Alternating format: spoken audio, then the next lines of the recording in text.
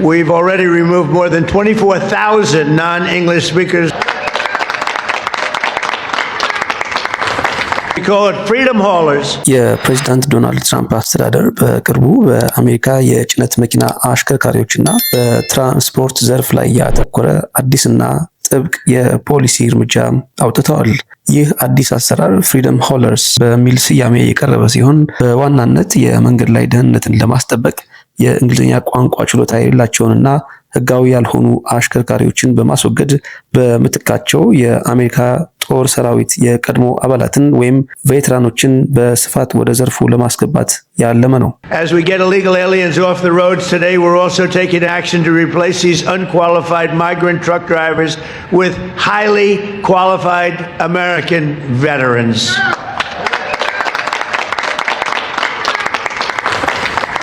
Under our brand new freedom haulers, we call it freedom haulers.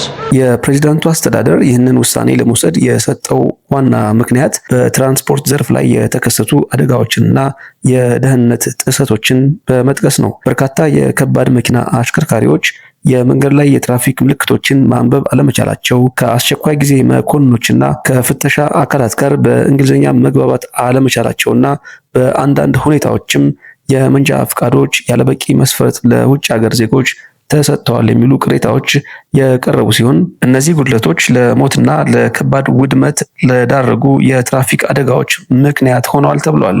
Last year alone, illegal aliens with commercial driver's licenses caused at least 30 deaths and many very seriously injured.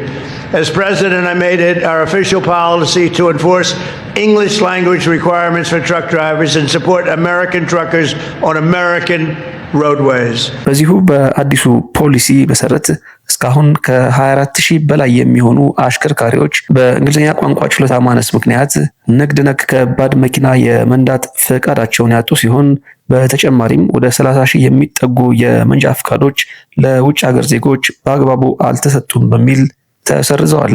We've already removed more than 24,000 non-English speakers from behind the wheel. We've also forced states to cancel more than 28,000 commercial driver's licenses unlawfully issued to illegal aliens. They were given illegally. አዲሱ ውሳኔ ህጋዊ አሽከርካሪዎችን በሙሉ ከስራ የሚያስወጣ ሳይሆን የፌዴራል የመንገድ ደህንነት ህግ በሚጠይቀው መሰረት አስፈላጊውን የእንግሊዝኛ ቋንቋ ብቃት የማያሟሉ የትራፊክ ምልክቶችን ማንበብ የማይችሉ ወይም ህጋዊ ያልሆነ የመንጃ ፍቃድ የያዙ አሽከርካሪዎች ላይ ብቻ ትኩረት ያደረገ ነው ተብሏል። በህጋዊ መንገድ ፍቃድ አውጥተው ህጉን አክብረው እንግሊዝኛ ችለው የሚሰሩ አሽከርካሪዎች ስራቸውን መቀጠል እንደሚችሉም ተጠቅሷል።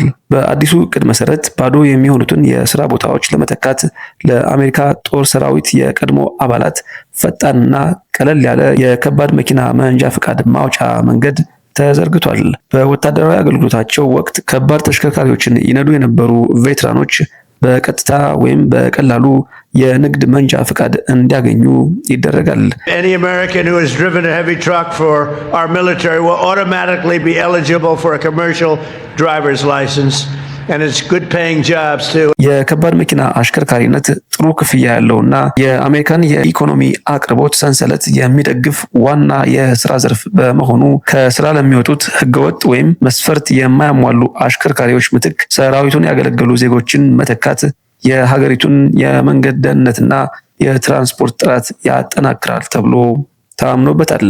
ውድ የሳሚ ዩቲዩብ ቻናል ተከታታዮች ይህንን የዶናልድ ትራምፕ አዲስ የፖሊሲ ለውጥ እንዴት ይመለከቱታል?